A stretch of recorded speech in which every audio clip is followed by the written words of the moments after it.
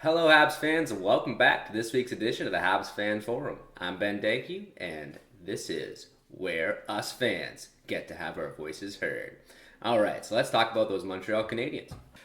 Well, it was an odd week where we had no hockey to talk about, but they sure did come back with an incredible game Tuesday night. Coming out of that break, they came out firing.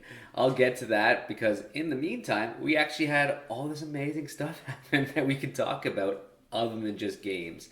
But first of all, it sucks going through the postponed games. One, I was all ready for game day, ready to watch it and, get, have my routine and whatnot. Get there, no game. Okay, fair enough. But is it tomorrow?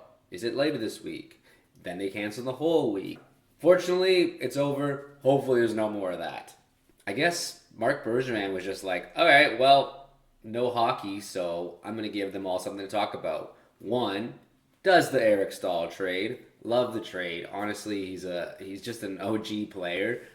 He's not going to be the 2000s Eric Staal. He's not even going to be the 2010s Eric Staal. But the guy put up 19 goals, I think, last year, and somewhere in the 30s or 40s a couple of years ago. He has it. He's always been a great player. He's going to come in, be a depth centerman, and he's definitely going to help us on this run. So happy they brought him in. It was just some deep picks they had to give up. So not too expensive, and Buffalo retained salary because Buffalo is an absolute disaster right now.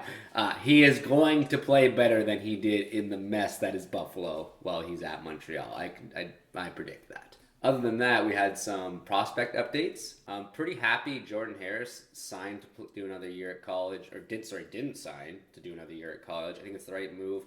And with Caufield, right move to come over, but I really hope that they do it slowly. Bring him to Laval as they're going to do. Let him play there. Let him get comfortable. Let him play pro. Let him develop. The Habs have a terrible track record of first round picks in the 2010s and in some point in the 2000s. So please let this elite talent develop. I mean, I don't really want another whole week of hockey to not watch, but it might have just been something the doctor ordered because this game against the Edmonton Oilers was an amazing game from start to finish. I was dialed in watching as a fan and absolutely loved it. Coming out hot out of the gate. Jesperi Kotkaniemi, Byron using his speed to give him that puck and him just burying it, showing that finish touch. Love that.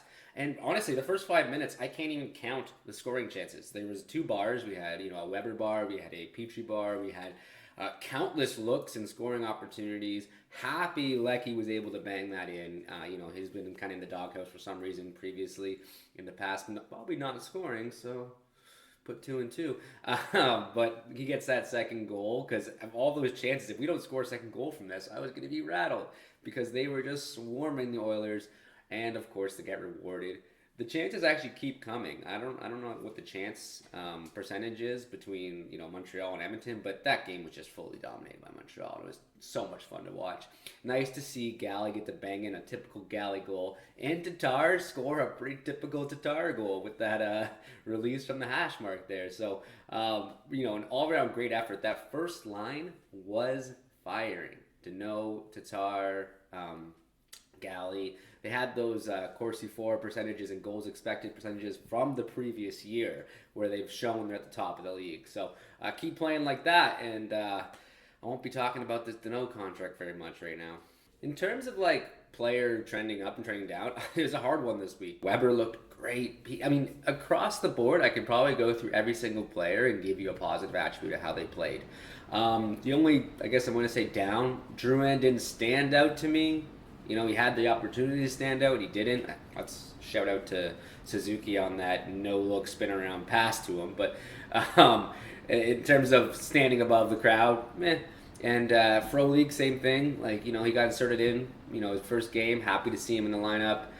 He wasn't bad, but, he got bone crunched into the boards at one point, which was just brutal. I was happy that his head didn't hit because I was worried about concussion, but he got crushed. But other than that, kind of an okay performance. But from start to finish, the whole team is trending up in my opinion. So to end up this week, I want to do a little armchair GMing and go over some potential roster moves. We have a lot of guys coming back from injury: Toffoli, Armia, what's it called? Eric Staal is actually coming out of quarantine. Sherratt, coming back from that hand, is actually skating again. When that happens, we're going to have some obvious lineup shifts, like Frolik's going to come out, Evans is going to come out, and then we're going to have some potential like mix-ups, like probably Mete for Sherratt. Realistically, but then for the final one, you're going to lose a depth winger like Lehkonen. You're going to lose someone like Perry or potentially a Byron. So it's going to push someone out of the lineup, and you just don't really know who. So my only thought process there is one of those guys will get scratched or brought to the taxi squad or whatnot. So it's bound to happen. What's our one need? A top left side D man, top two preferably, but at least top four with top two like flashes. A guy like Matthias Ekholm comes to mind. I don't know if there's anyone else that you've been thinking about that they could bring in. That makes sense because the only thing I can think of them doing is doing a package with like one of Lehkonen, Byron, or Armia to get that cap off. Some picks, of course. Higher the picks for the better the player, and then probably some sort of prospect. Now, I don't want to give an elite prospect, but at least a prospect. So I'm really curious to see what you think. Typically, Bergevin stays quiet leading up to the deadline, so I don't really anticipate him doing this. But if he was to do it, leave a comment below on maybe some potential trades you think could happen. All right, that's it for this week's video. If you liked the video, please make sure to link down below and follow along by subscribing and hopefully hitting that bell that'll let you know when the next week's episode's coming out. You can follow us at All Habs, or you can reach out to us on Twitter at Montreal_Forum. All right, thanks a lot for watching. I'm Ben Dankiw, and of course, go Habs, go!